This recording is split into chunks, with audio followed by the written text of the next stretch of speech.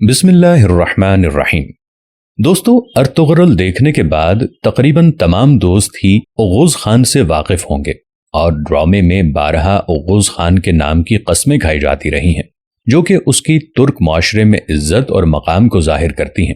ایسے ہی اوغوز خان کی طرح اس کی اولاد میں ہی سے ایک جواں مرد پیدا ہوا جس کی جرت، عظمت اور جواں مردی نے رہتی دنیا تک اس کا نام تاریخ میں امر کر دیا، اور جب جب دنیا سلطان الپ ارسلان سلجوق یا ملک شاہ سلجوق کو یاد کرے گی، سلجوق بیگ کا نام لوگوں کے کانوں میں پڑتا رہے گا۔ سلجوقوں کی تاریخ کو ترک حوالہ جات سے دیکھا جائے تو بے شمار دیومالائی قصے کہانیاں سامنے آتے ہیں، اور آج کی اس ویڈیو میں وہ تمام پہلو دیکھیں گے۔ سلجوق بے ایک لوہار کے گھر میں پیدا ہوئے۔ آپ کے والد کا نام دقاق تھا جو کہ اوغوز قبائل کی پہلی ریاست کے سپہ سالار تھے۔ دقاق بے کی بہادری اور جرت فقید المثال تھی، اور اس دور میں جب مسلمانوں کی خلافت افریقہ سے لے کر ہندوستان تک پھیلی ہوئی تھی، یہ دقاق ہی کی ہمت تھی کہ وہ ان کے سامنے ڈٹے رہے۔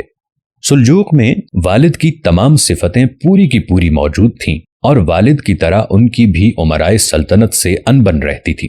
دقاق کی وفات کے بعد فوج کے پرزور اسرار پر سلجوق سربراہ لشکر بنے۔ سلجوق کی شاندار شخصیت کے سامنے دیگر امراء ادب سے جاتے تھے، حتیٰ کہ خاقان بھی ان کی شاندار پرسنالٹی کے سامنے پھیکا نظر آتا تھا۔ کہا جاتا ہے کہ ایک بار شکار کے دوران خاقان، سلجوق اور ایک غلام لشکر سے بچھڑ گئے۔ رات کے وقت ایک بوڑھے دیہاتی کی جھونپڑی میں پناہ لی۔ بوڑھے نے جب حسب نسب پوچھا تو خاقان کی حفاظت کے پیش نظر غلام نے کہا، ہم میں سے ایک شاہی خاندان سے ہے، ایک سالار ہے اور ایک غلام، جس پر بوڑھے نے سلجوق کو شاہی خاندان کا فرد قرار دیا۔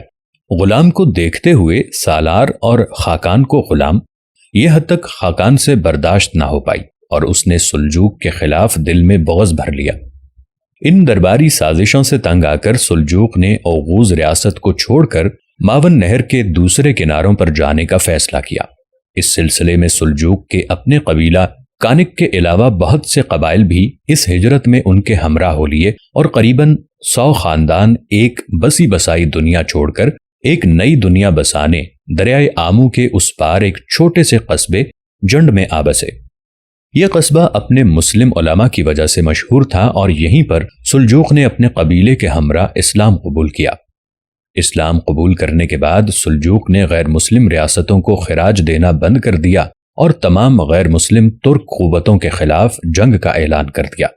غیر مسلم ترکوں کے خلاف جھڑپوں میں سلجوق کو خاطر خواہ کامیابی ہوئی، اور ارد گرد کی ریاستوں جیسے کاسامانی اور خزارز میں سلجوق کی دھاک بیٹھ گئی۔ سلجوق کے اس بے پناہ عروج کے دوران ہی اس کے دست راست سب سے چہیتے فرزند میکائیل کی موت ہو گئی، جس کے بعد سلجوق کی کمر ٹوٹ گئی اور اس نے قبیلے کے انتظامی امور اپنے بیٹے ارسلان کے حوالے کر کے ساری توجہ میکائیل کے بیٹوں طغرل اور چاگری پر مرکوز کر دی۔ ناظرین، انہی دونوں بھائیوں نے ہی عظیم سلجوق سلطنت کی بنیاد رکھی۔ سلطان الپ ارسلان چاگری بیگ کے ہی بیٹے تھے، اور انہوں نے ہی ملازکرت کے مقام پر بازنطینیوں کو شکست دی تھی۔ سلجوق کی وفات تقریباً 80 سال کی عمر میں ہوئی، اور ان کی وفات کے بعد ارسلان اپنے بھائیوں اور بھتیجوں کے ہمراہ ایک بڑے سوفسٹیکیٹڈ فارم آف گورننس کے ساتھ اقتدار میں آیا۔